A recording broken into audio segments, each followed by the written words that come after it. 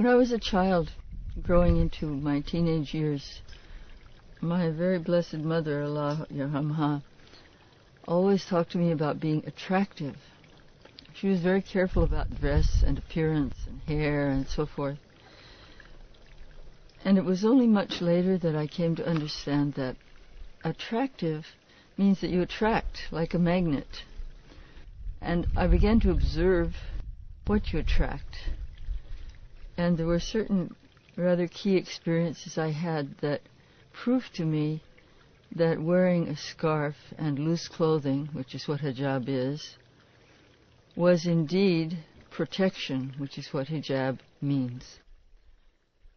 When I was first coming into Islam, I started playing around with a headscarf because I knew this was something that Muslim women did, and I didn't know why, and I didn't know what for. The only way I could find out was to experiment on myself. So I tied it back like this, and then I tied it back like this, and then I put it under like this. I tried different things. What finally convinced me was a particular experience. I was working in publishing then as now, and I had to go and visit a printer in a big printing house in Albuquerque, New Mexico. His office was in the middle of the floor in a kind of glass box, and I was waiting for my appointment. There was another lady sitting with him, and I was watching idly, and I realized that to get whatever she wanted, she was flirting with the guy by shaking her head and twitching her shoulders and batting her eyes and doing all those things that people do. She was doing much more than just business. And I thought to myself very proudly, you know, I'm wearing a scarf, so I don't have this problem. I'm not going to do this. But when she left and I went in to see the man, I was in the middle of talking to him, and I realized that I was going like this, you know, that I was going through all the motions that I would be going through if my hair had been long and down as it always had been. And that all of that, my whole life, had been an unconscious response to talking to a male. At that point, I realized that for a Muslim who is striving to be conscious of Allah, that this sort of unconscious play acting has no place and is useless and is irrelevant, and that there are other ways to get what you want, and that for a woman to work in the world alongside men and other women, it's much more convenient to work as a human being rather than a sexual object.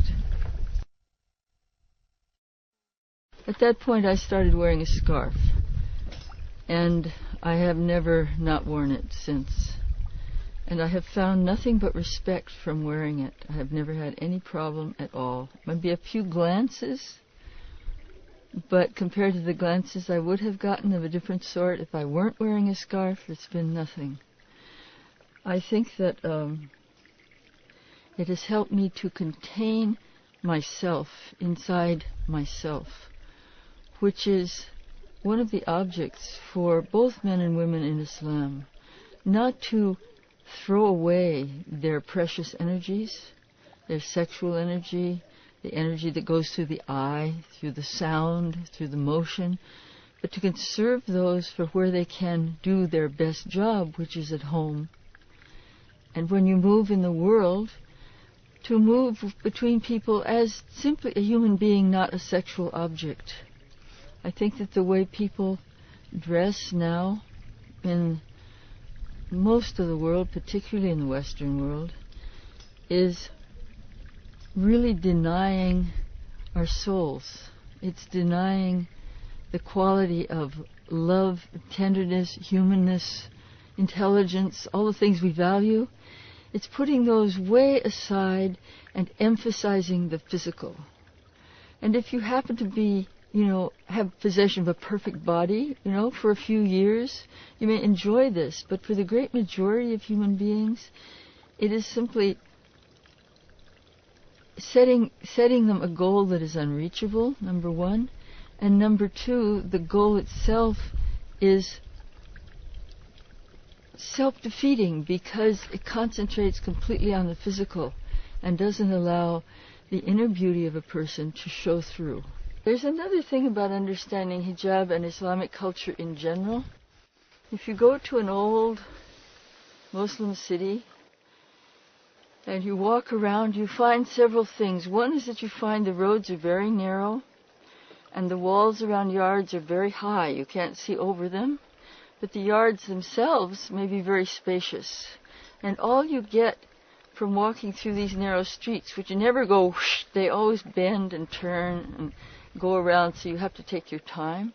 When you walk through these streets, you have a feeling that behind all of these walls there are great mysteries taking place, there are great loves taking place, there are great lives taking place, but you don't know what they are.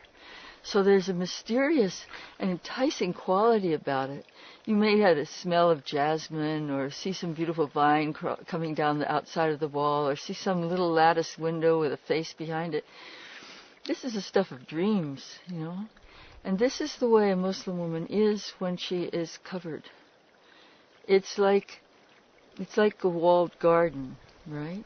It's like the way we want our houses to be. We don't favor picture windows and big front lawns. We favor a wall, and inside of that all kinds of private life can take place of every kind of nature. But it isn't for everyone on earth to see. We're not interested in showing off. We're interested in being, in praising Allah, in loving one another, and in going about our business as human beings.